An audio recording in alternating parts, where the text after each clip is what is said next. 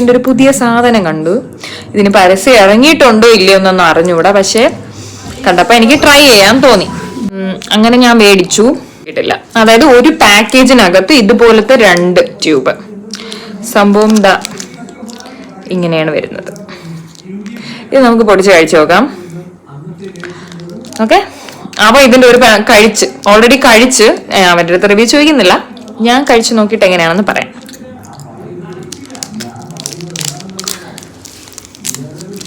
മുട്ടായി കവർ പല്ല് വെച്ച് കടിച്ചെന്നൊന്നും പറഞ്ഞു കളയല്ലേ.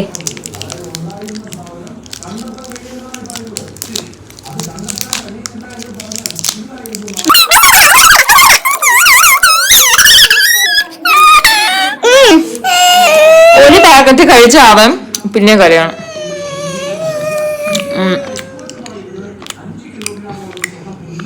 വലിയ ടേസ്റ്റ് ഡിഫറൻസ് ഒന്നും ഇല്ല, ചെറിയ ഒരു മിൽക്കിന്റെ ടേസ്റ്റ്.